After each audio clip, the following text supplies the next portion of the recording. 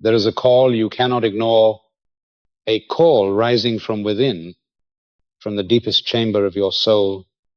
The outer world may be loud and restless, but when you sit still in silence, you will recognize that there is an unseen power waiting for you to make contact. That power is none other than your subconscious, the infinite wisdom of God within you. This journey is not about searching for something new, but about remembering what has always belonged to you, every image you hold, every affirmation you speak, every moment you pause in quietude is a step toward unlocking the treasure.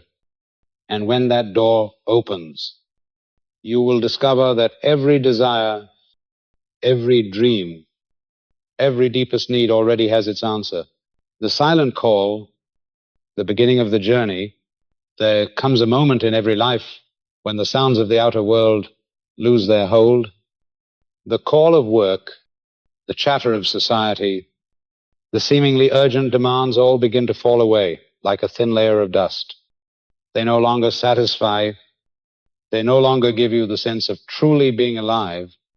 And it is in that emptiness that another voice arises. It does not shout. It does not command, yet its pull is absolute. It is the call of silence, the call that comes from deep within the soul, where the sacred current of life has always been at work. When you hear it, you have stepped across the most important threshold, the threshold of truth.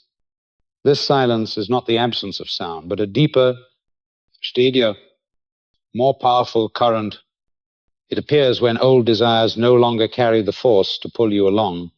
In the tradition of JosephMurphy, this is the signal that the soul is ready for a new journey, the journey inward to commune with the infinite treasure of the subconscious. It is the ground that holds the wisdom of God, the soil where every thought you plant grows into form in your life. Observe yourself closely.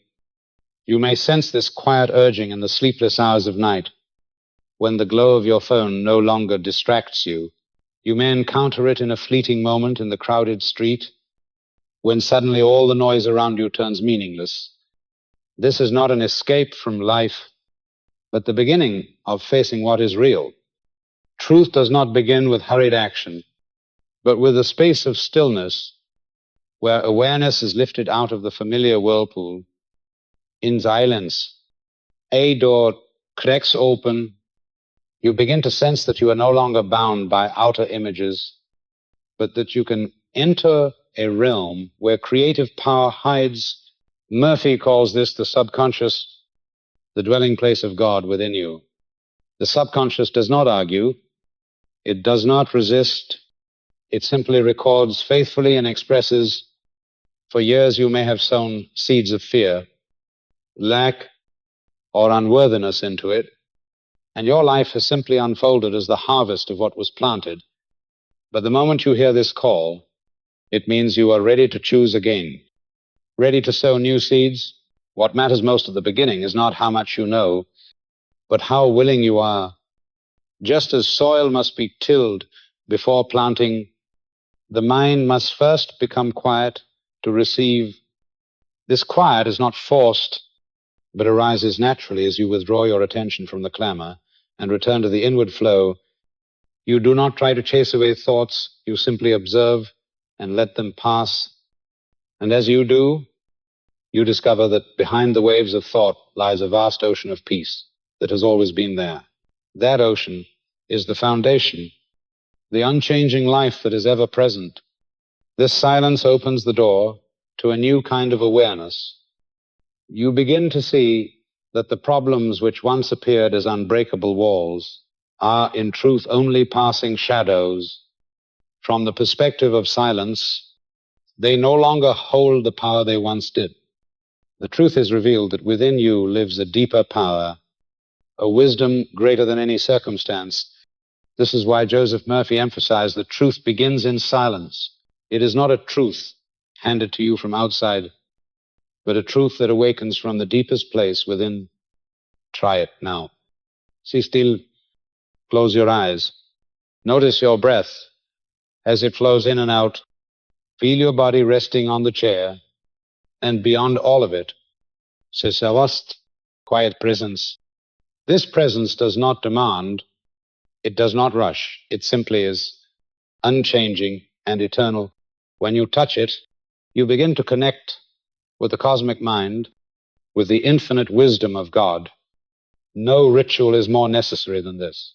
All that is required is your consent, your willingness to open and receive, and once you consent, everything changes. You step from the restless surface waves into the deep waters, from clamor into calm, and it is in this calm current that new seeds are planted. Remember, this is not empty idleness, but a preparation full of potential. It is the fertile soil ready for new ideas, for healing, for abundance, and for peace. The moment you hear this call, a journey has begun. You leave behind illusions without drums, without crowds, only with a silence filled with power. In that silence, you are not fleeing life. You are laying the foundation to transform it. For the truth is this: every great change begins not in the outer world, but in the inner life. And today, as you hear this call, you have stepped across the very first threshold, practicing stillness, consenting within. Close your eyes, and you begin to realize that everything you have been searching for is not out there. The world outside may be noisy and complicated, but the moment you close your eyes, your breath becomes the bridge that carries you back to the silence that has always been present. As you inhale, feel the air flowing into your lungs. As you exhale, sense your body releasing tension and resting upon itself. Beneath the layer of physical sensation lies a deeper realm, a stillness that has no beginning and no end. This is your first point of contact with the subconscious, the place where every command you sow will be received and nourished. The essential key is consent. The God within you will never impose. The subconscious never forces. It only operates in harmony with what you choose to impress upon it. Just as soil does not plant seeds by itself, but faithfully brings to life the seeds sown into it, so the subconscious expresses only what you give it. Therefore, you are not compelled to be silent, nor are you forced to pray. You are only invited to freely consent, to open your heart, and to step willingly into a state of expectant waiting. This is not waiting with anxiety, but waiting with trust, like the farmer who sows in confidence, knowing the harvest must surely come. Ask yourself, have you ever simply sat still and let your breath guide you into the present? Just 1 minute is enough. No more is needed. 1 minute of listening to your own breath is enough to sense that a greater life is at work within you. Your breath does not need your command. Your heartbeat does not need your reminder. Blood flows through every vessel without your management. Then who is doing this work? It is the subconscious, the invisible wisdom, the God within you. And the moment you consent, you allow this infinite intelligence to reveal the fullness of its power. Consent is more than acknowledgement. It is an attitude of expectancy. You do not sit in emptiness. You sit with the conviction that something good is already on its way, like a mother carrying her child, who knows life is growing within her, though her eyes cannot yet see it. That waiting is filled with peace. When you meditate in this spirit, you send a signal into the subconscious that you are ready to receive healing, guidance, abundance, and the subconscious, faithful as the soil, will bring forth exactly what you have agreed to accept in this moment. I want to ask you something so that you are not only listening but also participating. Are you truly closing your eyes and noticing your breath? Or are you letting your mind run after these words?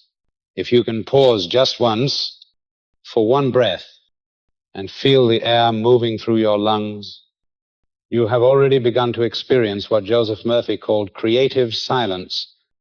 And I want to thank you for your presence here is proof that you have consented, that you are ready to open the door. Remember this, you do not need to create peace. Peace is already here. You only need to release resistance, only need to consent for it to show itself. As you breathe out, let all tension depart. As you breathe in, let faith flood in. No effort is required, only agreement. This is the golden rule of the subconscious.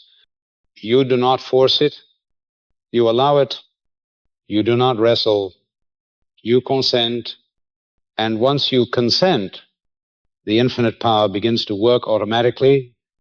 Expectation is the key.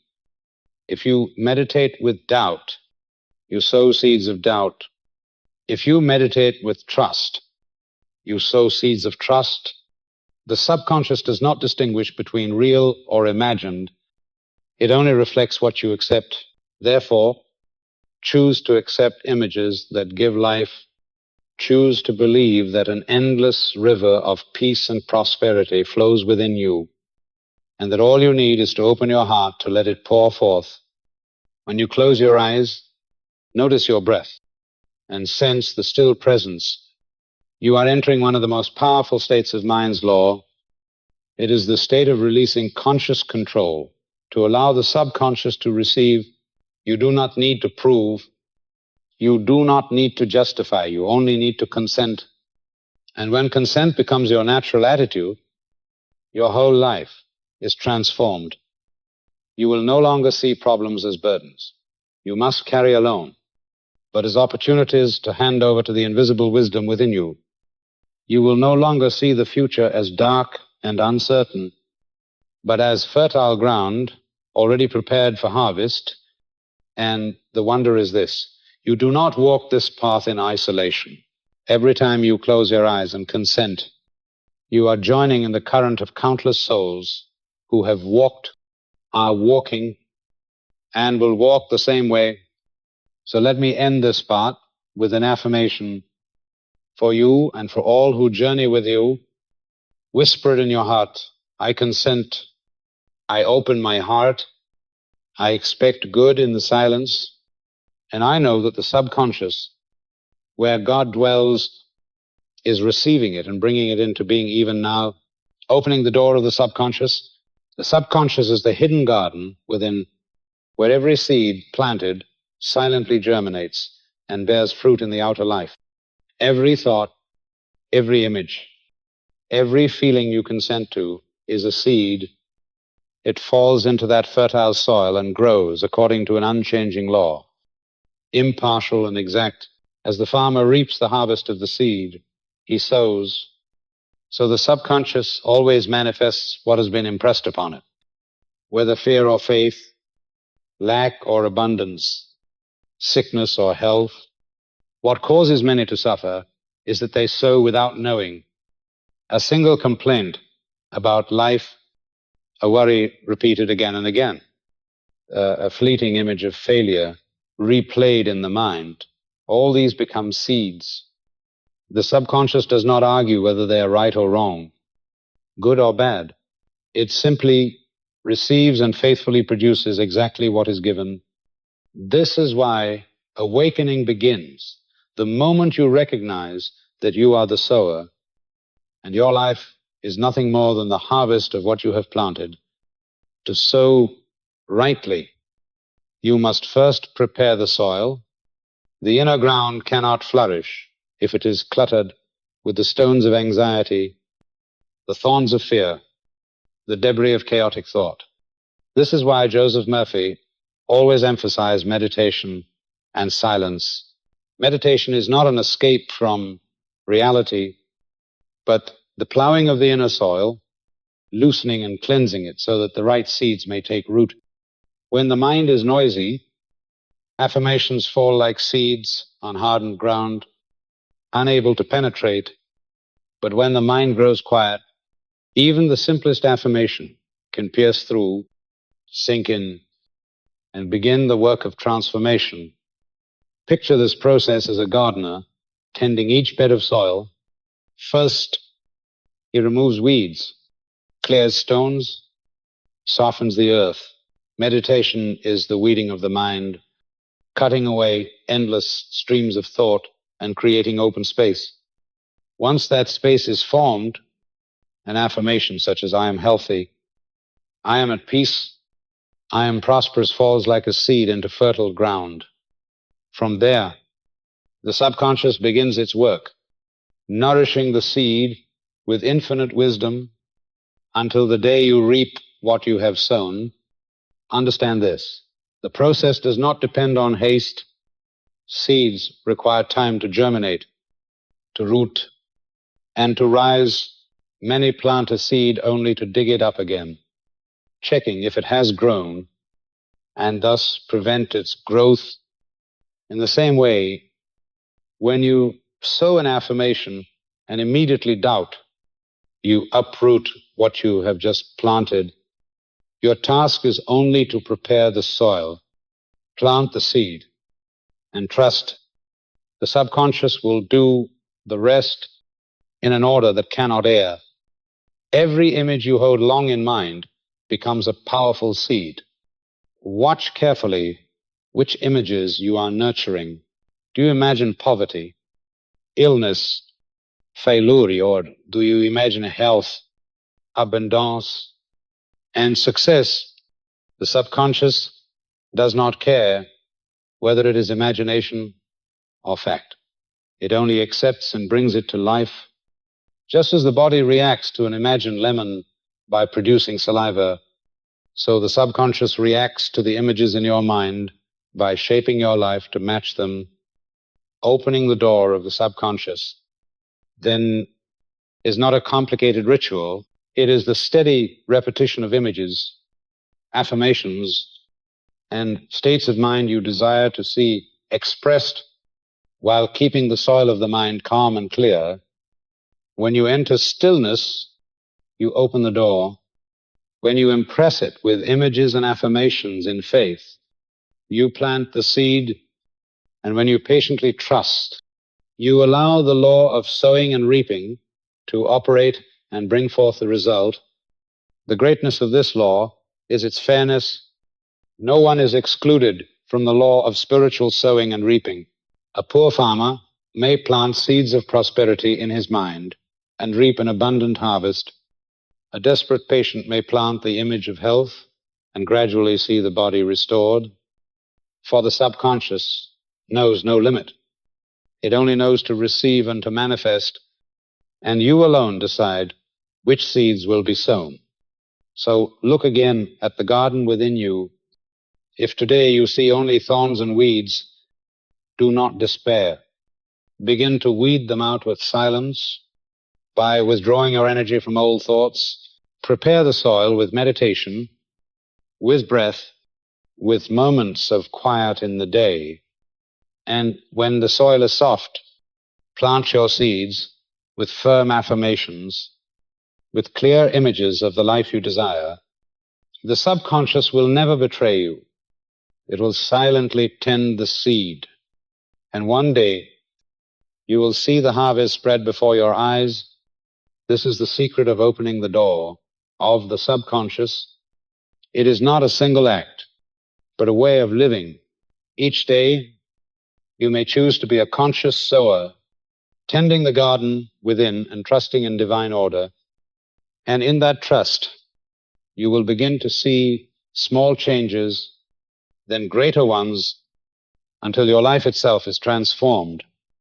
For once the door is open, nothing can stop the flow of life from within, pouring into the outer world. The subconscious as fertile soil, the conscious mind as gatekeeper. The subconscious is like a fertile field, always ready to receive and nourish whatever seed falls into it. It does not argue, it does not distinguish, it does not verify. It knows only one law. The seed that is planted will sprout and bear fruit according to its own nature. If you sow the seed of faith, you will reap peace. If you sow the seed of fear, you will reap anxiety. If you sow the seed of abundance, you will reap opportunity. If you sow the seed of lack, you will reap limitation, because the subconscious functions with such loyalty. Life inevitably becomes a mirror reflecting what has been sown in it. Often unconsciously, over many years, many do not realize that they are the ones sowing seeds in their own inner ground. They allow careless words, negative images, and social fears to pour into the subconscious like weeds overrunning a garden.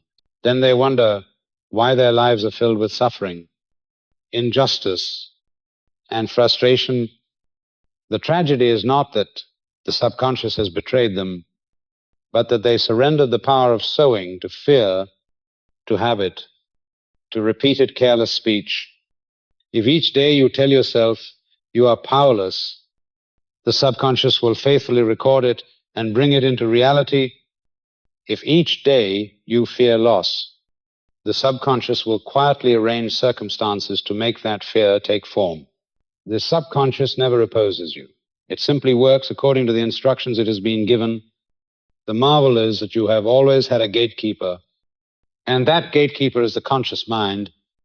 Consciousness is the place of choice, the door that determines which seeds are allowed to pass through. When it is alert, it refuses entry to false or harmful seeds. It identifies unworthy thoughts and denies them access to the fertile soil. But when consciousness sleeps, any seed is free to fall in weed or flower alike. True freedom begins when you employ your conscious mind to select seeds deliberately, guarding the inner garden and refusing to allow random sowings. Remember, the conscious mind is like the guard at the gate of a fortress. A faithful guard does not allow strangers to pass without purpose, yet many let every image from media, every negative word from others, every fear of their own mind march straight through the gate, unexamined. They let the guard sleep, and the fortress is overtaken. If you would change your life, the first step is to awaken your gatekeeper. Ask yourself, does this thought give life? Does this word build? Does this image help me grow? If the answer is no, stop it before it passes into the subconscious. The subconscious will never resist you, but it will faithfully manifest whatever you allow past the gate. This is glorious news, for it means you can change everything at the root. Change the seed, and the harvest must change. You are no longer the victim of old habit. You are the deliberate sower of the future you desire. When conscious and subconscious work together, you become the wise gardener, planting with intention and trusting in the certain harvest. I want to ask you something now. Are you allowing your consciousness to stand alert at the gate? Or do you let every stray thought wander in freely? Are you sowing the right seeds? Or are the weeds of worry, self-doubt, and anger still taking root? This question is not to condemn you, but to awaken you.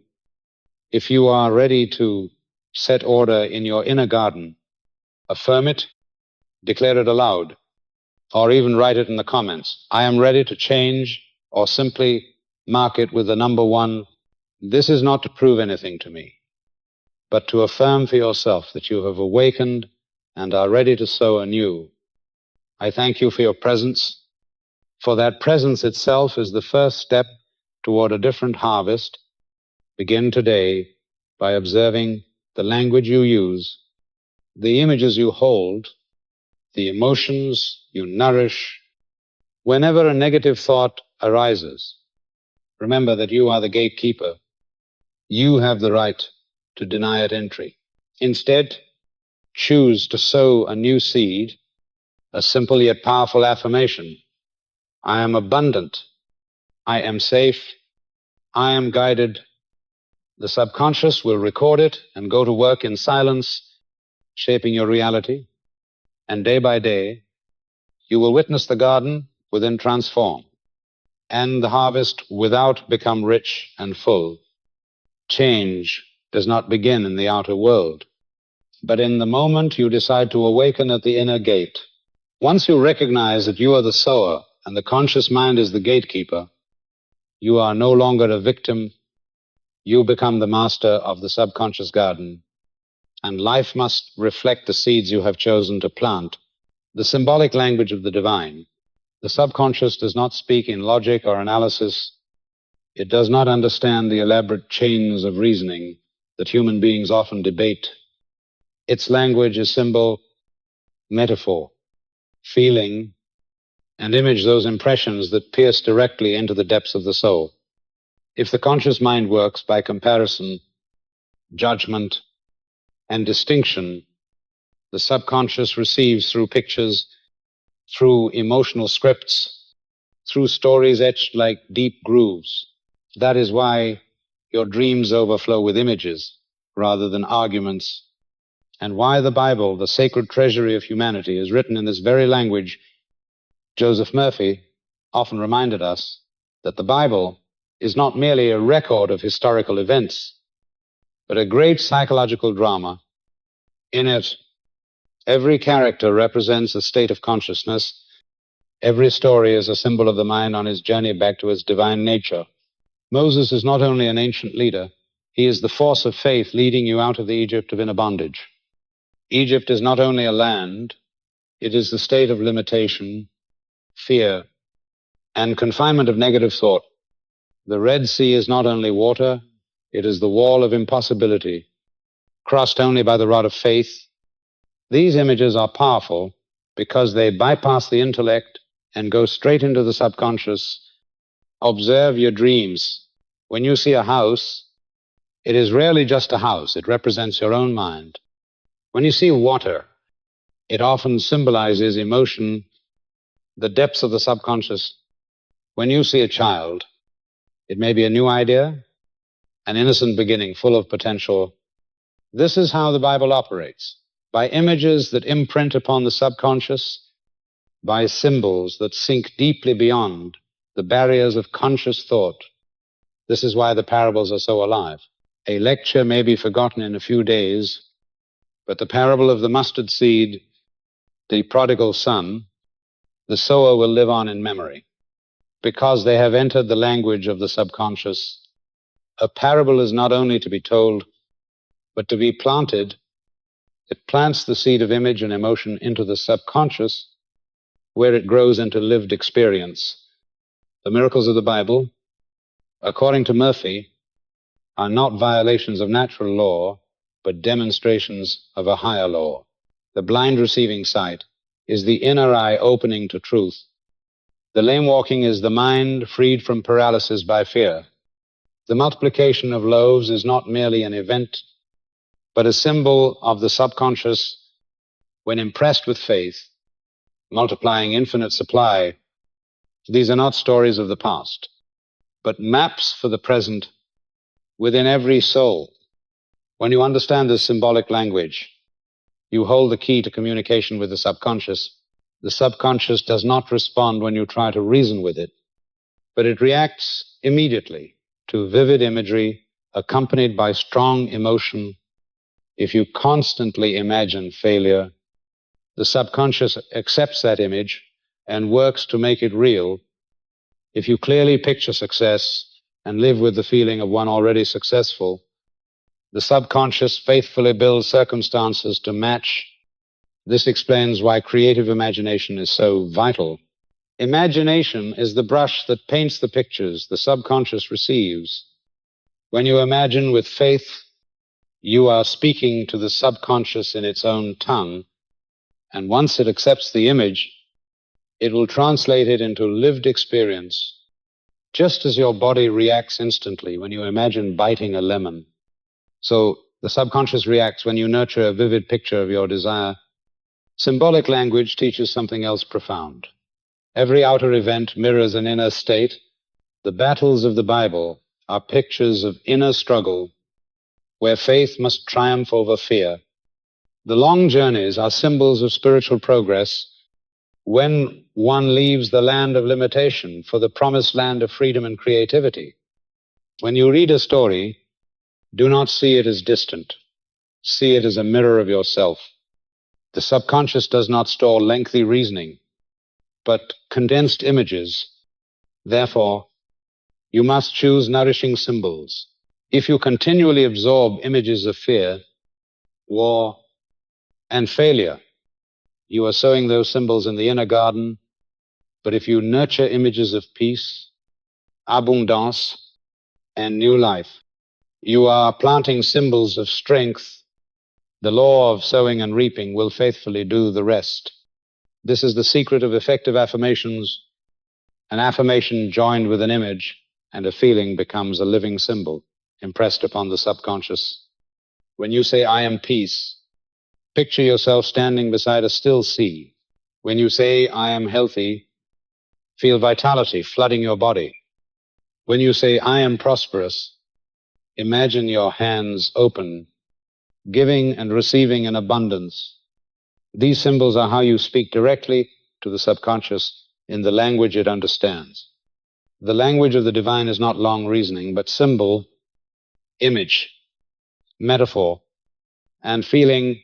When you learn to read the Bible in this language, when you interpret your dreams in this language, when you feed your subconscious in this language, you will discover that all that is sacred has already been planted within you, waiting to be expressed through the pictures you choose each day. The parable that bypasses the arguing mind. There is a reason why stories and images rich in symbol carry a power far greater and longer lasting than any theoretical lecture. The conscious mind is often the debater. It wants to analyze, compare, verify, and refute. But when you hear a story, especially a parable, the conscious mind can no longer resist. It listens without defense, and in that moment the seed goes straight into the subconscious.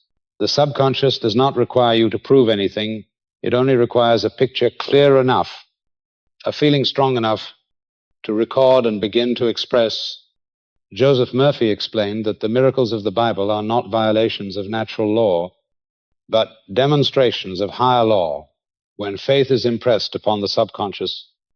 When a blind man is healed, it is the image of an inner mind opening to a new vision. When the lame walk, it is the sign that fear has dissolved and the will has been released to act. When loaves and fishes are multiplied, it is the proof that once the subconscious is impressed with faith, it multiplies supply without limit. These images do not tangle in debate. They pass directly into the subconscious and are received as living truth. This is the power of symbol. It defeats the resistance of the conscious mind. A person may argue when you tell them they must have faith, but if you tell the story of a people standing before the Red Sea, pressed from behind by an army, facing the sea before them, and in the moment when faith rises, the waters part to open the way, that person will no longer argue. They will see themselves in that image. They will feel the power of faith like a rod opening the path. And once the image is planted, the subconscious responds. It will seek to recreate that miracle in lived experience. The subconscious needs story because it learns through experience, through images that stir emotion, just as in a dream. You do not hear a lecture, you see pictures, and you awaken carrying the feeling of the dream as though it were truth. This reveals that the subconscious does not distinguish between real and imagined. It only reacts to the images impressed upon it. If the image is charged with emotion, it becomes a command. And once the command is given, the subconscious faithfully obeys. Imagine a person who always believes they are unworthy. If you try to persuade them with logic, the conscious mind resists. But if you tell them the parable of the prodigal son, embraced by the father, given a new robe and a ring, that image bypasses argument. The subconscious receives the message that every soul is worthy of love and welcome. And from that image, a new belief is sown. This is why affirmations are most effective when joined with imagery. When you say, "I am healthy," Imagine yourself walking freely, energy surging through every step. When you say, I am prosperous, picture yourself giving and receiving with joy. That image becomes your personal parable, the story you tell, your subconscious, so it no longer debates but only accepts. And once it accepts, it begins to transform outer life to match the inner picture. The strength of parables lies in the fact that they do not demand your agreement at once. They let the image sink in, let the feeling do its work, let the subconscious open. This is why stories told thousands of years ago still hold power, because the subconscious of man has not changed. It still understands the language of image, symbol, and emotion. Notice what happens when you hear a story that touches you.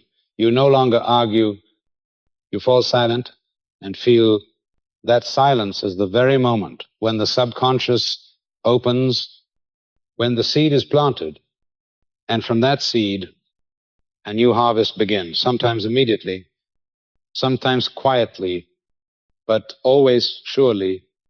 This is the principle of every miracle, not the breaking of law, but the outworking of law once the subconscious has been impressed with faith.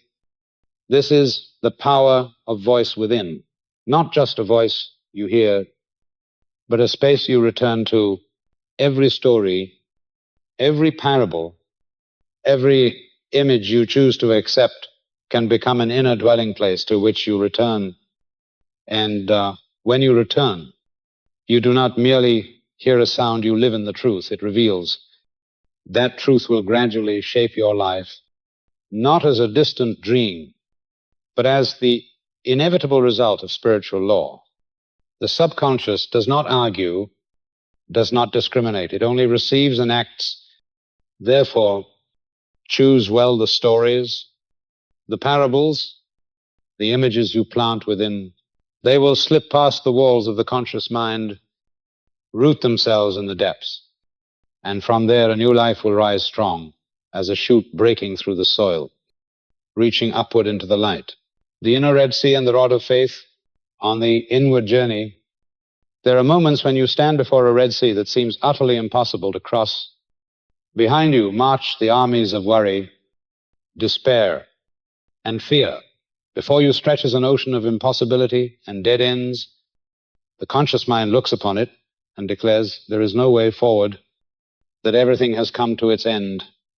Yet it is in that very moment that a divine principle appears, the rod of faith. Faith, when impressed deeply upon the subconscious, can open a path through what seemed to have no passage. Joseph Murphy often reminded us that obstacles are not solid realities.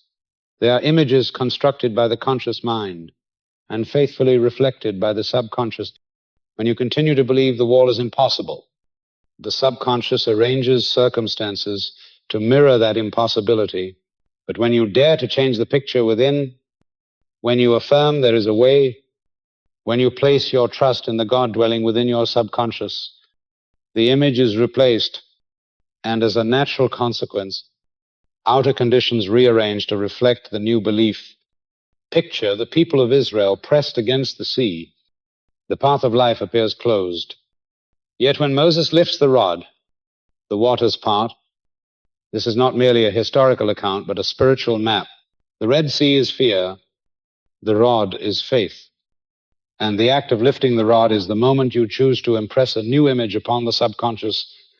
Once the subconscious receives it, law goes to work, and the path appears where the conscious mind saw only hopelessness.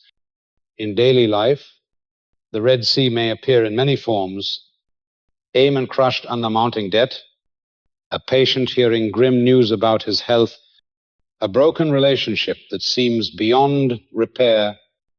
The conscious mind concludes there is no way, but the subconscious does not operate by the conclusions of the conscious mind. It works by the impressions sewn into it. If you impress the image of freedom, of solution, of healing, the subconscious begins arranging circumstances to match that image. A contract unexpectedly signed, a new therapy discovered, A door once closed, suddenly opening. The wonder is that you do not need to know how. The subconscious has countless means to fulfill what you believe, just as the sea did not part by human effort, but because faith touched divine law. So life does not turn by our small calculations, but by the subconscious remaining loyal to the image impressed upon it. That is why Murphy emphasized that you do not pray with fear, you do not repeat words of complaint. You impress with certainty that your desire is already accomplished. One man once came to Murphy in despair. He was surrounded by debt, unable to see a way out. Rather than analyzing figures or debating details, Murphy gave him a simple affirmation. The infinite wisdom of my subconscious opens the way. I am led from bondage to freedom. He repeated it daily, not as a plea, but as a gentle yet firm decree. Within weeks, new opportunities appeared, debts began to clear, and he looked back to realize the sea had opened. This principle is always true. You may now be facing your own Red Sea. Perhaps it is failing health, dwindling finances, or a relationship torn apart. The conscious mind insists there is no hope, but the subconscious will only reflect what you sow. If you sow faith in a way forward, the way forward will emerge. If you sow faith in the infinite wisdom within, that wisdom will organize conditions to deliver you. Remember, the rod of faith is not an external object, but an inner decision. It is in your hand each time you choose to replace an old picture with a new one. It is lifted each time you dare to affirm that a way exists even before you see it. And when you lift the rod, you consent to let the subconscious act. Outer conditions will not shift first.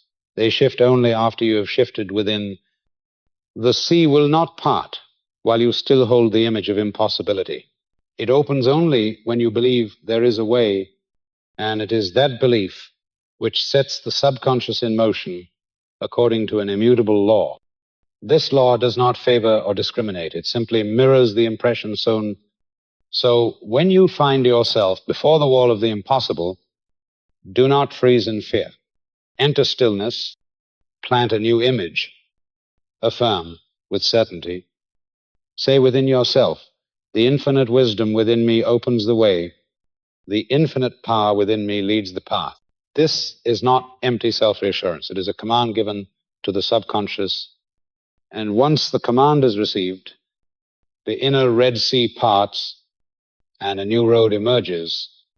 The Red Sea is only an image, the rod, only a symbol, but the principle is eternal. When faith is impressed upon the subconscious, outer conditions rearrange to serve that faith. No barrier is truly impossible. There are only walls you have consented to keep in your mind. Once you change that consent, once you lift the rod, even the vast sea will open to let you pass, touching the healer within. Healing is not some rare and unnatural miracle, but the natural order of life when the subconscious is impressed with peace and wholeness.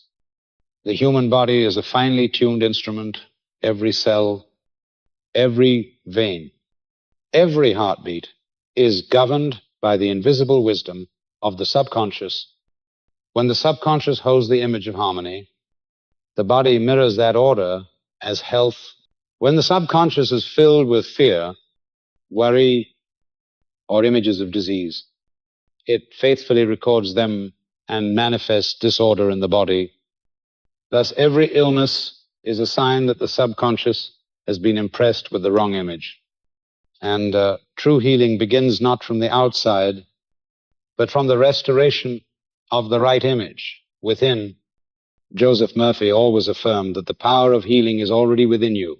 The healer is not far away, does not demand your pleading, but dwells in your subconscious, waiting for a clear command to restore order.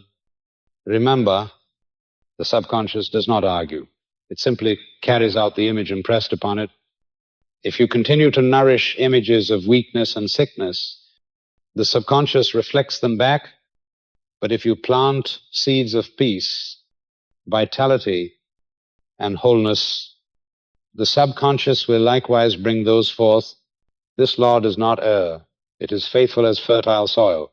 The seed sown is the seed that grows. There was once a woman who lived in pain from arthritis. Doctors declared her condition hopeless, yet instead of surrendering, she began sowing a new command into her subconscious. Each day, she affirmed in stillness that the healing power of God was flowing through every cell of her body. She imagined herself walking freely, feeling her joints supple, rejoicing in the strength of her body. These images, repeated in faith, gradually sank deep, and the subconscious, loyal to its law, began restoring order in her body. Day by day, Pan listened, mobility returned, until she lived a normal life again. This was not an outside miracle, but the natural order of the subconscious, once impressed with the image of wholeness. Healing is not limited to the body alone. Many live with wounds of the soul, hidden pains, burdensome memories. The subconscious holds them all, and when impressed with bitterness, resentment, or fear, life outwardly reflects broken relationships and restless emotions. But the same law applies. When you sow into the subconscious images of forgiveness, peace, and love, the rhythm within you changes. Inner wounds melt away, emotions are healed, and outward interactions soften into harmony. Both body and soul obey the same command. The image and affirmation you plant. Consider your body when you picture a sour lemon cut before you. Your salivary glands respond instantly. This proves the subconscious reacts directly to imagery, without distinction between real and imagined. Thus, when you plant images of illness, the body responds as if sickness is present. But when you plant images of health, the subconscious organizes the body to reflect that health. A man once faced an illness that stripped him of hope. Instead of yielding, he began each night before sleep to whisper a simple phrase, "I am healed by the God within, I am whole now." In that drowsy state, when the conscious mind released its grip, the words sank into the subconscious. Gradually, his body shifted, pain eased, strength returned, and he knew he had touched the healer within. The principle is simple, but it demands constancy. You need not repeat affirmations mechanically, but plant them with emotion, with vivid imagery, with faith that they are already true. Each time you affirm, each time you imagine, you sow another seed, and once the seed is accepted, the subconscious cannot help but reflect it. Healing is the natural order. A cut upon the skin closes and mends of itself, for the invisible wisdom within always moves toward wholeness. When you sow false images, you obstruct this order. When you sow true images, you restore its flow. Health is not an exception to beg for, but a climate you cultivate through thought. Let this affirmation become your breath. The healing power of God flows through me now. Every cell obeys the command of peace and wholeness. I am health. I am life. When you say this in faith, you are not creating health from nothing. You are simply opening the way for natural order to reveal itself. The subconscious hears the command, and the body follows. Touching the healer within is not a dramatic event, but a sure process. It may begin with a quiet moment when you close your eyes and picture yourself already well. It may continue with daily affirmations. It is completed in patience, without digging up the seed, without doubting the result, only trusting and letting the law work.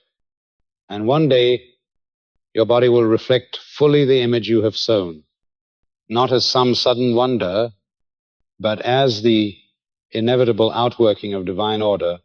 Remember, the healer is not outside nor far away.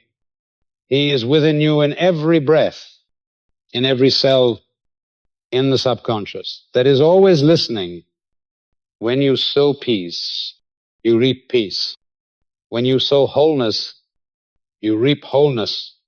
Healing is the manifestation of spiritual law, and you hold the key to open the door for that law to operate in your life. Prayer is alignment, not begging. Prayer is not the act of pleading with a distant power, nor a string of words repeated in worry. True prayer is the alignment of the mind with truth. The process of impressing the right idea upon the subconscious with absolute feeling. Once an idea is accepted by the subconscious, it becomes a creative command and must manifest in life. This is why Joseph Murphy always taught that prayer is the science of impression, not the art of supplication. The subconscious does not respond to empty words. It responds to vivid images and the emotion attached. A weak prayer, full of fear and doubt, plants only a conflicting image. But a prayer offered with firm faith, with the feeling that the desire is already fulfilled, makes a strong impression and becomes reality. Prayer, therefore, is not asking for something to happen, but affirming that it has already happened within and trusting that it will naturally express itself without. Picture a sick person praying. If in their mind they hold the image of disease, if they repeat phrases of fear such as, "I do not want to suffer," the subconscious only accepts the image of suffering and reinforces it. But if they change their prayer, no longer mentioning the illness, but affirming within, "I am whole and healthy in God," they plant a different seed. If they feel that health is already present, smile in faith and hold that image day and night. The subconscious receives it, and the body gradually reflects the new state. One of man's greatest errors is to pray at night, yet spend the day sowing contrary thoughts.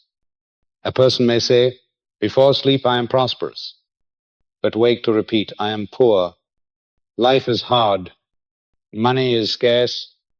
The subconscious does not choose which words to believe. It accepts the strongest impression, and the strongest impression is the thought most often repeated, charged with deepest feeling. Therefore, prayer must be consistent, day and night. Consciousness must agree. Until a dominant impression is formed, once that impression is engraved, it overrides conflict and becomes truth in experience. Prayer is like tuning an instrument. If you want the strings to sound true, you must bring them into harmony. So it is with thought. If you pray but spend the day contradicting yourself, you are like an untuned instrument. The music will be distorted. But when your thoughts, words, and feelings are consistent, you produce a complete symphony, and the subconscious sings it back into your life. This is why emotion plays the key role in prayer. A dry affirmation without feeling is like seed on parched ground, but an affirmation infused with faith, with gratitude, is like seed sown in rich soil, watered and lit by the sun. The subconscious needs emotion as soil needs water to nourish the seed and bring it to form. Remember the scripture, when you pray, believe that you have received and it shall be yours. This is not vague advice, but spiritual law. When you believe your desire is already true, within you impress the subconscious with a present reality, not a distant hope. And the subconscious only responds to the now. If you say, "I will be healthy," it hears the sickness. If you say, "I will be wealthy," it hears the lack. But if you affirm, "I am healthy now, I am prosperous now," and feel its truth, the subconscious faithfully produces the exact image impressed. There was once a man unemployed for many months. He prayed constantly for work, but each day complained that no one would hire him, that his life was hopeless. The result never changed. After learning this principle, he changed his prayer. He imagined each day leaving work joyfully, shaking hands with colleagues, receiving his wages with gratitude. He affirmed within, "Infinite wisdom has opened for me a perfect door." Within weeks, a position appeared exactly as he desired. He realized prayer had become alignment, no longer begging. Prayer is not only to change circumstances, but to change identity. When you pray with affirmations like, "I am light, I am peace, I am life," you are teaching the subconscious who you are, and the subconscious arranges life to reflect that identity. You no longer merely hope for health, you become health. You no longer hope for peace, you become peace. This is the highest prayer, for it strikes at the root of experience. Persistence is essential. Sometimes you pray and see no result at once, because old impressions still dominate. But each time you affirm in faith, you water the new seed, continue until it grows strong enough to replace the old. The law cannot be broken. What you sow, you must reap. Prayer then is no longer words cast outward, but a process turned inward. It is no longer an effort to persuade God, but alignment with the God already within. You no longer cry out. You affirm with faith, hold consistent day and night, and let the subconscious reflect what you have sown. Then prayer becomes as natural as breathing, a rhythm, a flow binding you to the infinite source. And you will see everything you prayed for was never to attain, but to express, for it has been within you from the beginning. Faith as substance, the invisible blueprint. Faith is not a fragile hope cast toward the future, but the very substance of things unseen, the invisible blueprint the subconscious uses to construct life. If the conscious mind is like the architect sketching the plan, then the subconscious is the faithful builder, bringing every design handed to it into form. That design does not lie on paper. It is created out of belief and feeling. The moment you are convinced of an image, even though your eyes cannot yet see it, you have placed into the hands of the subconscious a construction order, and it must go to work to build accordingly. Joseph Murphy emphasized that the scripture, faith is the substance of things hoped for. The evidence of things not seen is not merely religious poetry, but the scientific formula of the mind. Faith is substance, it is invisible reality, yet tangible in the subconscious. When you say, "I believe," you are not simply hoping, you are shaping a definite plan, and that plan is the pattern your life must follow. The key lies in the present tense. The subconscious does not know tomorrow. It only responds to images and words given now. When you say, "I will be healthy," you are admitting you are not healthy now. And the subconscious records that faithfully. When you say, "I will be prosperous," you are sowing into the subconscious the image of present lack. But when you use the present tense of "I am," you hand the subconscious a completed blueprint. I am healthy. I am prosperous. I am at peace. These are not empty slogans, they are present commands. And the subconscious immediately begins arranging life to match the design. Consider the man who dreams of a home. If he keeps saying, "One day I hope to own a house," the subconscious holds only the image of absence, and that is what life mirrors back. But if he sits quietly, closes his eyes, and draws the blueprint within, seeing himself walking through the doorway, feeling the warmth of the walls, gazing out the window at the garden, affirming, "I am living in this house," then the blueprint is impressed. The subconscious faithful as the workman, begins to gather circumstances, opportunities, and relationships to bring the house from the unseen into the seen. Faith then is not a passing emotion, but the steady holding of the right design. Even when nothing outward yet appears, you maintain the image within. You do not need to know how. It is not your task to arrange. Your work is to deliver the plan, sustain it, and trust the law that never errs. This is the secret of the great ones. They refused to let the conscious mind drag them back into lack, but held fast to the inner design. Many pray without results because they plant the blueprint for only a moment, then erase it with doubt, an affirmation of "I am wealthy" at night, followed by a day of repeating how hard money is. Tears apart the design. The subconscious accepts only the strongest and most consistent impression. Faith, therefore, is not fleeting feeling, but consistency in thought, word, and emotion. Only when the design is held steady can the subconscious complete the work. Apply this to health. A sick person may hope to be cured one day, but hope is not faith. Faith is when they affirm, "I am whole, I am filled with life," and hold that image firmly. They do not beg. They do not wait. They affirm as though it already is. And that affirmation, repeated with feeling, becomes the plan, and the subconscious, with infinite wisdom, begins to reorganize the body to match it. This is the power of voice within, not merely a sound you hear, but a space you return to. Every time you affirm, "I am," you are not just speaking words, you are entering an inner chamber where all that you declare already exists. That voice is not only a vibration, it is a sacred room within the subconscious where every blueprint is being prepared. And when you live in that room, life outside begins arranging itself to reflect it.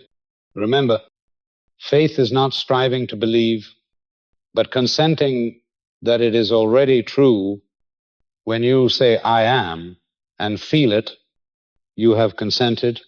When you hold the design day and night, you have impressed the dominant image. And once that impression becomes strongest, the subconscious has no choice but to express it.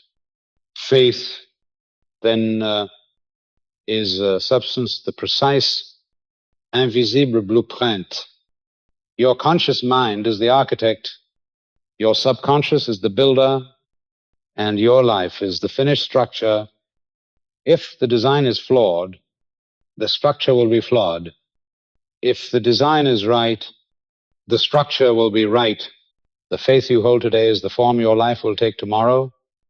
And once you grasp this principle, you will no longer pray in worry or in vague hope, but you will affirm with certainty, "I am," and it is so. Sowing seeds with timely affirmations. Every word you speak in faith is a seed planted in the soil of the subconscious. Yet the soil is not always soft and ready to receive. There are sacred moments when the guard of the conscious mind relaxes, when the subconscious stands open, and in those moments a simple affirmation can sink deep like a seed falling into fertile ground. This is the secret of sowing the right seed at the right time, so that the harvest comes in its season. Joseph Murphy often emphasized 3 golden moments of planting affirmations: before sleep, upon waking, and in meditation. Before sleep, the conscious mind loosens, no longer fiercely debating, and the subconscious opens like a door. A gentle affirmation whispered then goes straight into the depths without resistance. That is why many carry peaceful dreams when they sow harmonious images before sleep and rise to a brightened day.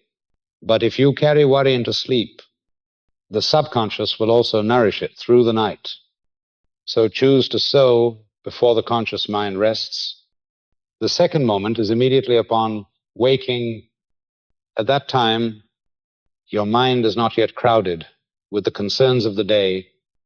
The subconscious, still soft and impressionable, a short positive affirmation in the present tense penetrates more deeply than at any other hour when you whisper, I am peace, I am health, I am abundance in the stillness of dawn.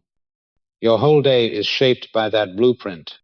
This is not superstition, but the law of spiritual sowing and reaping.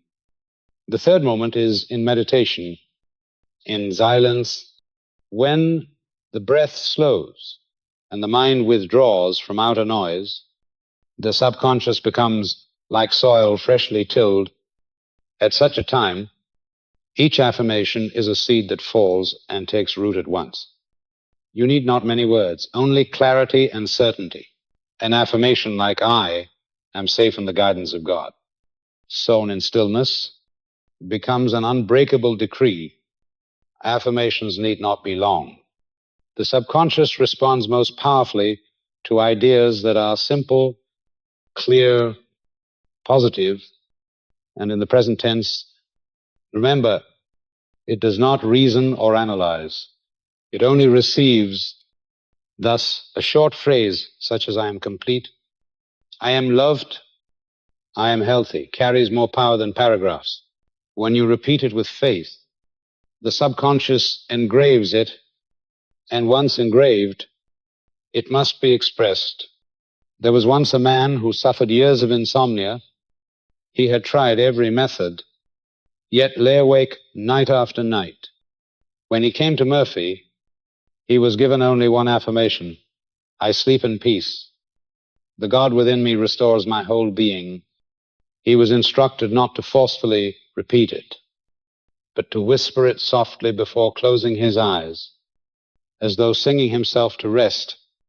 Within a week, sleep returned. The subconscious had not resisted. It only needed the right seed, planted at the right time. The key is perseverance. A seed does not sprout in a single day. But if each night you plant the same affirmation, each morning you nourish it, and in meditation you water it again, soon the shoot will break forth.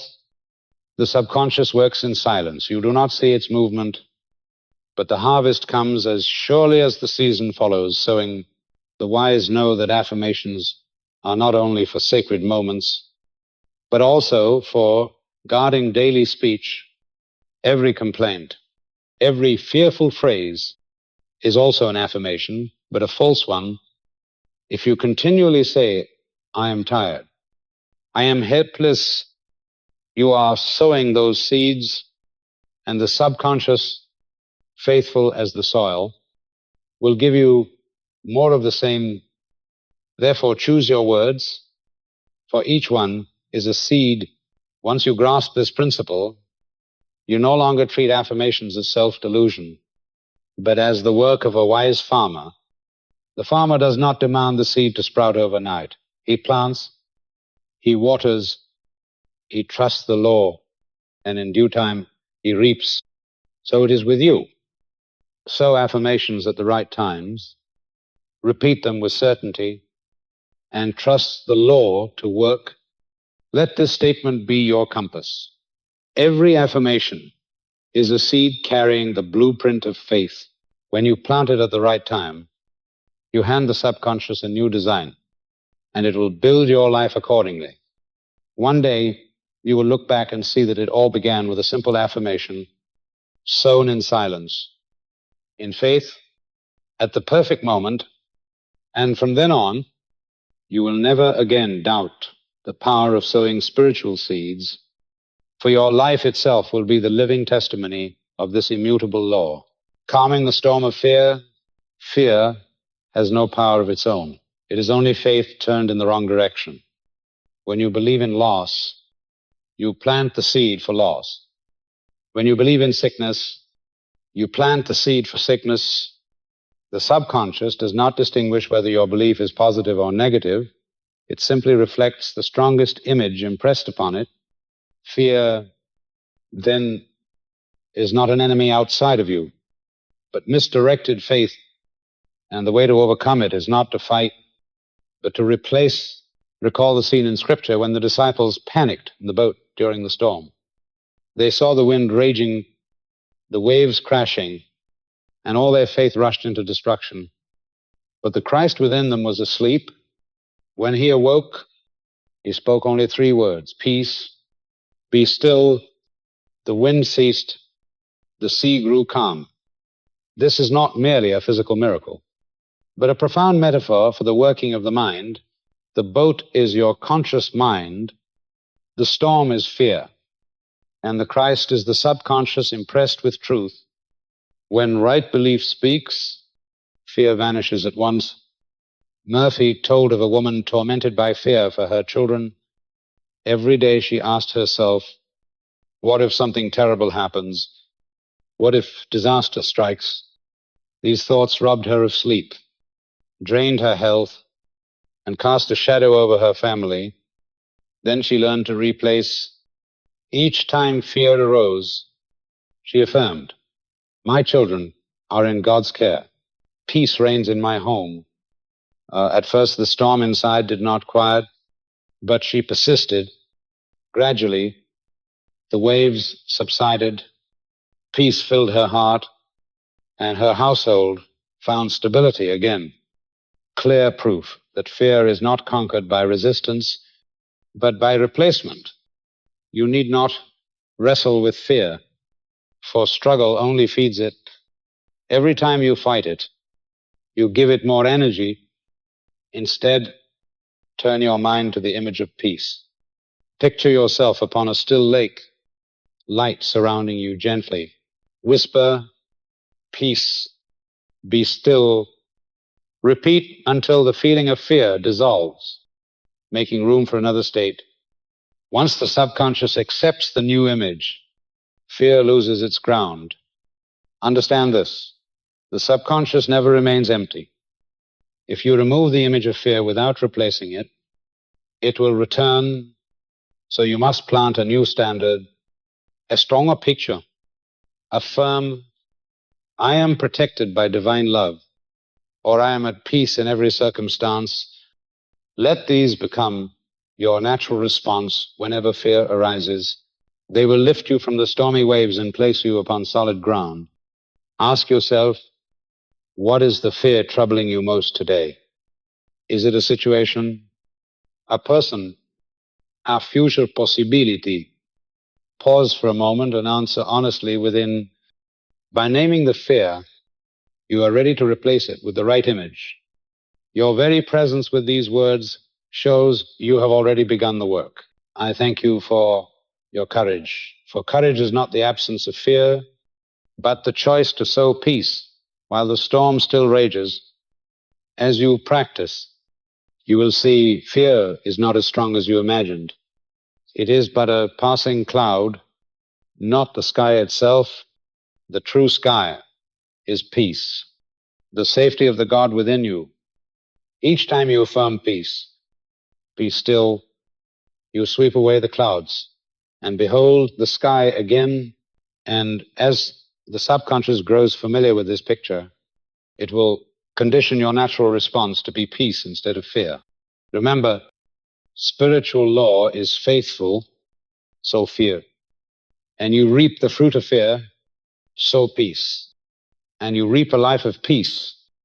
Any storm can be quieted when you give it a new command. Do not wait for the outer storm to end before finding calm, quiet the storm inside first. When within is still, without will reflect that stillness. Fear is simply faith gone astray, but you have the power to redirect it. Each time you choose to replace, each time you plant the image of peace, you train the subconscious to follow a new path. This way is certain, for it rests not on fleeting emotion, but on eternal law. And that law always answers what is sown in faith. What storm in you needs calming today? Answer that question with a positive affirmation. Plant it in your subconscious now. Then you will see that the crashing waves were only an illusion, and peace is the eternal reality waiting to flood your soul. The treasure of infinite wisdom Beneath the still waters of the subconscious lies a priceless treasure, a storehouse of ideas, intuition, and solutions that can never be exhausted.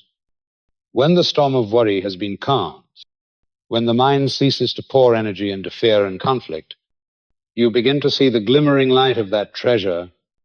This is infinite wisdom, where every answer already exists, awaiting only your permission to emerge.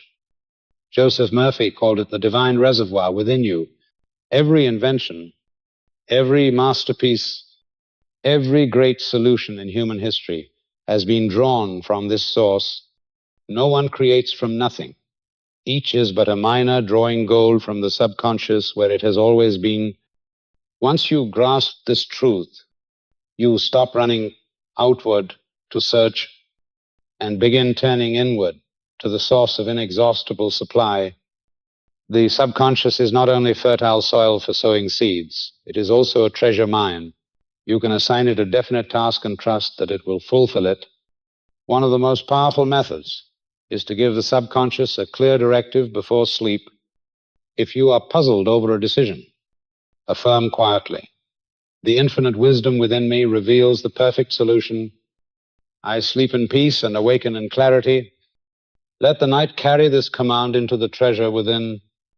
By morning, the answer often appears as intuition, a soothing idea, or a deep certainty of the right course.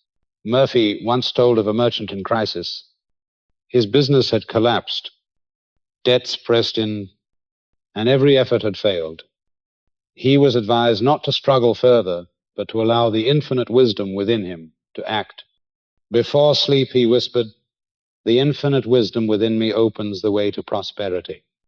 I release every burden to the subconscious and rest in peace." Within days, an idea he had long overlooked flashed in a dream. When carried out, it turned his affairs around and cleared his debts. He realized he had not created the solution, but simply allowed infinite wisdom to reveal it. The wonder of the subconscious lies in its connection to a source beyond the narrow reach of the conscious mind. Consciousness sees only fragments, bound by habit, experience, and fear, but the subconscious touches the universal stream of wisdom, unbound by personal limitation. When you entrust it with a task in faith, it reaches into this treasure and returns with solutions you never imagined. This treasure also contains the spring of creative inspiration. Poets, musicians, scientists, when they enter stillness, they touch this flow. They describe it as light breaking through, as water rushing forth, as melodies rising within. This is not chance. It is infinite wisdom pouring through the subconscious, gifting them exactly what was needed. And you too may drink from this source, for it belongs to no one alone. It is the common inheritance of humanity. And more than that, the natural core within you. Let the use of this treasure become a habit. Whenever difficulty arises, instead of struggling in worry, pause and remind yourself, the infinite wisdom within me has the answer. I let the law work. Then release tension, trust, and continue calmly. You will marvel as events rearrange. Sometimes the answer comes through a chance conversation, sometimes in a dream, sometimes as a steady conviction in your heart to follow a certain path. Understand that this treasure is not reserved for crises alone. It can guide you in the smallest details of life, in your work, in your relationships, in the care of your health and peace. Every area has a divine order, and infinite wisdom will reveal it when you know how to listen. So how do you open this door? First, practice stillness, for stillness is the key to entry. Second, give a directive through simple, clear, positive affirmations. Third, release anxiety. Forcing only blocks the flow. And last, trust. Trust that the law is working. that the subconscious is acting, that infinite wisdom is ready to deliver the gift at the right moment. The treasure of infinite wisdom can never be depleted. It is the underground river flowing beneath your life, always ready to rise. When you open the channel, each time you pray aright, each time you affirm in faith, each time you entrust a task to the subconscious in stillness, you are digging deeper into that gold vein. And one day, you will awaken to realize that all you ever needed was always there, waiting for you to allow it to appear.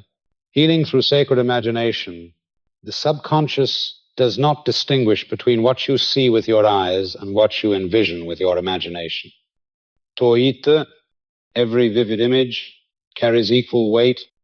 If you paint in your mind a clear picture, rich in color and feeling, the subconscious accepts it and begins to organize your entire being, body and mind, to reflect that image outward into reality. This is the principle of sacred imagination, the pathway that carries you from your present state to the finished state, already complete within. Consider your body. Imagine biting into a lemon, its sour juice flooding your mouth. Immediately your salivary glands respond. The body does not wait until you actually taste a lemon. It reacts to the vivid image. This proves that the subconscious always acts upon what is impressed upon it. If such a simple picture can produce an instant physical reaction, how much more can a powerful image of health, success, or peace, repeated with faith, reshape your entire life and circumstances? Murphy told of many who used imagination to heal. One woman, bound by illness and unable to walk, began each day to picture herself rising, walking through her garden, speaking joyfully with loved ones. She tied the image to the affirmation, God in me is health, I am free and whole. At first it was only a dream in her mind, but as she repeated it with trust, the subconscious accepted it. Slowly her body changed, pain eased, strength returned until what she once imagined became her living reality. The wonder of the subconscious is that it does not ask you how. It does not require medical explanations or logical steps. It only needs a clear blueprint and firm emotion. Once you have sown the image, it will gather means through the body, through circumstances, through unexpected connections, to bring it into form. This principle is not limited to the body. Emotional wounds, broken relationships, workplace struggles, these two, may be transformed by sacred imagination. Picture yourself in peaceful conversation with one you have been estranged from. See the smile, the handshake, feel the relief. When the subconscious accepts such an image, it begins arranging opportunities for reconciliation, a chance meeting, a message, or even a quiet shift in your own heart. The law is simple. Do not imagine the problem, imagine the solution. Do not feed the picture of failure, paint the picture of success. Do not dwell on the image of sickness, hold the picture of health.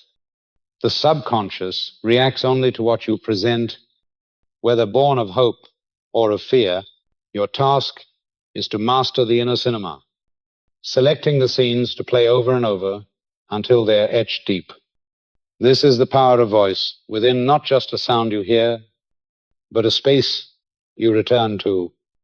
Each time you sit, close your eyes and imagine you are not daydreaming. You are stepping into the inner chamber where the subconscious takes command and divine law goes to work. The inner voice is not mere sound. It is the door leading you back to the sacred room where every image sown becomes the foundation of tomorrow's reality. Practice this with discipline each night before sleep. Take a few minutes to picture the life you desire. If you seek health, imagine walking with joy, breathing deeply, your body strong. If you seek prosperity, imagine living in abundance. giving and receiving with gladness. If you seek peace, imagine yourself seated in nature, still, with a heart overflowing with calm. Engage all your senses as if it were happening now. Repeat the image daily, and do not destroy it with contrary pictures. If you plant health at night, but all day complain of fatigue, you uproot the seed. But if you guard the picture and nurture it with persistence, the subconscious will faithfully reflect it. The result will appear not as a baseless miracle, but as the inevitable fruit of the law of sacred imagination. Within you lies an infinite treasure, and imagination is the key to unlock it. Use it not to escape reality, but to rewrite it. Every picture you sow is a blueprint, every affirmation a command, and the subconscious works ceaselessly to build them into experience. This is the way body, soul, and life are healed, renewed, and lifted higher. You need not wait for the world to change first. You need only change the picture within. Once the subconscious has accepted it, the outer world can only mirror what you already believe. Healing through sacred imagination is not a secondary technique. It is the direct path into new life, where peace, wholeness, and strength become the very climate of your existence. Prosperity as sacred circulation. Prosperity is not an exception for a privileged few.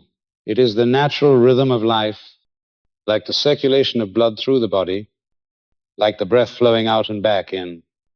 Abundance moves through every dimension of the universe. Nature never wastes, yet never lacks. Trees produce thousands of blossoms. The sea lifts countless waves. The sun pours light without reserve. All follow one law. Giving and receiving are two sides of the same current. When you attune yourself to this law, prosperity becomes the natural climate of your life. Many imagine wealth as accumulation, holding tight as much as possible. But the truth is the opposite. The tighter you cling in fear, the more the flow is blocked.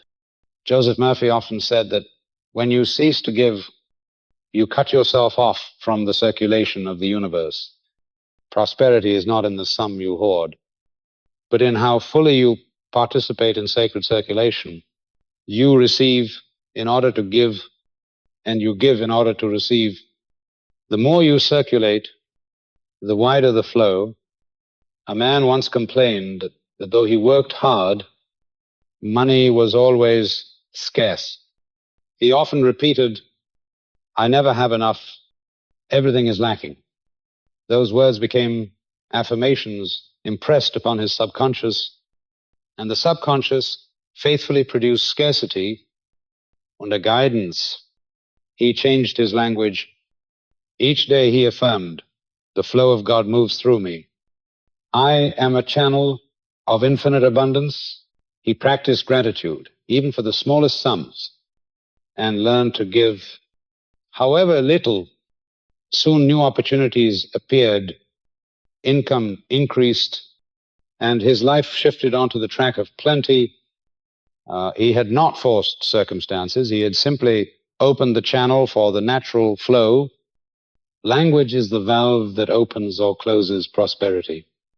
Each time you say, "I cannot," "I lack," you shut the flow. Each time you say, "I am supplied," "I am supported," you open the way for supply to pour in. The subconscious hears every word you speak, making no distinction between true or false. It only knows it must build the blueprint you hand it. So guard your words. Choose words of abundance. Say, "I am always supported. I am always supplied. I live in the flow of plenty." These are not mere comforts, but seeds planted in the subconscious, and when nourished with faith, they bear fruit in reality. The images you hold in mind are equally vital. If you continually picture bills piling up, the subconscious will multiply that image. But if you picture yourself living in abundance, paying easily, giving joyfully, then the subconscious reflects that scene as well. Murphy often advised imagining yourself signing large checks or receiving unexpected income. Live in the feeling of already having until the subconscious takes it as fact. Gratitude is the catalyst that strengthens the current. When you give thanks for what you have, you expand your capacity to receive more. When you complain, you narrow the gate for blessings. A grateful mind is like a well-watered field, ready for seed to sprout. So each day, focus on something to thank for. However small, every act of gratitude is a magnetic current drawing more prosperity toward you. Prosperity is never greed. Greed springs from fear of lack. Prosperity springs from knowing supply is infinite. When you truly understand sacred circulation, you cease to see others as competitors. You see them as companions in the flow. Their success does not threaten you. It confirms that the treasure is active for all. This frees you from rivalry and brings you into the wide rhythm of the universe. A businessman once came to Murphy when his trade was collapsing. He clutched every coin in fear of loss, but the tighter he held, the fewer customers came. He was told to shift his attitude, to give more value, to see clients through the lens of service. He obeyed while affirming daily, I am a channel of divine abundance. I give freely and receive multiplied in return. Within months, his business revived, money circulated strongly, and he learned the law is always faithful. When he opened the channel, life opened to him. Prosperity, then, is not merely financial, it is an inner climate. A person may have little money, yet live in a sense of fullness, and soon the outer world mirrors that inner wealth. Another may hold large sums, yet live in fear of lack. And before long, the money slips away. The root lies in subconscious impression, in the image you nourish daily. So train your speech, your thoughts, your imagination in the language of abundance. See yourself as a channel in sacred circulation where the infinite supply flows through you to the world and back to you multiplied. Practice gratitude continually. Give with trust. Hold the image of plenty without wavering. Then prosperity will cease to be something you chase. It will be something you live. As naturally as breath, as surely as heartbeat, as faithfully as morning light returning. This is law, and law never fails. Living in the answered prayer, union and rest. Prayer reaches its highest point when you cease waiting for results and begin to live as though the prayer has already been answered. This is no longer the stage of asking, but the stage of receiving. When you affirm in your heart that what you declare is complete, the subconscious accepts it as command, and the universal mind, through you, must bring it into manifestation. At this point, you no longer live in hope, but in certainty. Hope looks forward, but faith sees now. Joseph Murphy emphasized that the words I and the Father are one are not some distant metaphor, but the formula of union. Your conscious mind is the sower, the subconscious, the receiving soil, and the universal mind, the stream of life that sustains all. When these three harmonize, you step into a new current of existence where every desire becomes reality. The conscious chooses clearly, the subconscious faithfully obeys, and the universal mind supplies infinite energy to bring it forth. This requires you to use the identity of I am as your foundation. When you say I am healthy, I am prosperous, I am at peace, you are defining your being in the present. The subconscious does not argue. It simply accepts. And once accepted, the universal mind adjusts circumstances to mirror your declaration. This is no longer striving to attain, but resting in the knowledge that what you long for already exists in the invisible. This practice is most powerful in the drowsy state before sleep. As consciousness loosens, the gate of judgment quiets, and the subconscious opens wide, this is the time to whisper brief, potent affirmations. I and the Father are one. Infinite wisdom guides me. I rest in peace. You need not force emotion, only speak softly and let the words sink deep. To be nourished all night. Living in the answered prayer does not mean abandoning action. It means acting with the spirit of already having, with certainty, without strain. The one who knows the seed is planted does not anxiously dig up the field each day to see if it grows. They trust the harvest is sure, and so they labor in peace. You too, once you have sown into the subconscious, need not force only a line and rest. A man once prayed for a new job.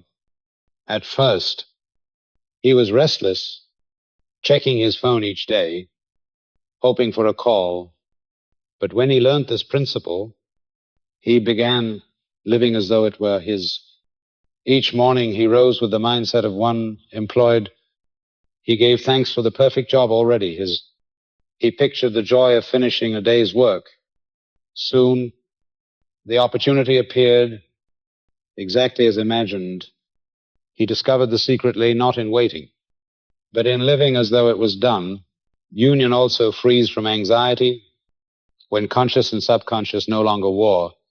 When you truly believe I and the Father are one, you cease asking when and how. You know that what you affirm has been given. From there, you enter rest. This is not laziness, but the fullness of calm, where you stop resisting and allow divine law to work. In that rest, a strange peace arises, a gentle yet unshakable strength. Burdens that once pressed upon you melt away, replaced by trust in a greater current, carrying you. You act without strain. You wait without worry. You live assured that all is already complete in the unseen, and only unfolding in the seen. This is the state of living in the answered prayer. Life becomes a continuous experience of fullness. When you see a problem, you do not see a wall, but an open path. When facing illness, you do not see destruction, but the image of wholeness already present. When thinking of the future, you do not see uncertainty, but the plan, complete in infinite wisdom. Let the last whispers of your day be the bridge into union. Before sleep, affirm, I rest in God and God rests in me. I and the Father are one. What I declare is already done. Then let sleep carry the seed deep. In the morning, awaken in the certainty that harvest is near. With practice, a day will come when prayer is no longer a moment in time, but the atmosphere around you. You breathe in union. You speak in certainty. You work in peace. And in all, you rest, knowing that what is sown must be fulfilled. This is the path of the one who has seen, who is united, who has entered the fullness of stillness. After all, you will realize that truth has never been beyond your reach. Peace, prosperity, healing, and wisdom are not distant luxuries, but the natural climate of a unified mind. When you say, times I am times, and feel it in the present, you awaken the divine law that is ever ready to serve you. From this moment, you no longer need to plead in desperation. You simply live in the certainty that the prayer is already answered. The world changes as you change within, and a single quiet breath is enough to touch the infinite treasure. Remember, the power is not outside of you, but within you in the silent, eternal voice of your own inner being.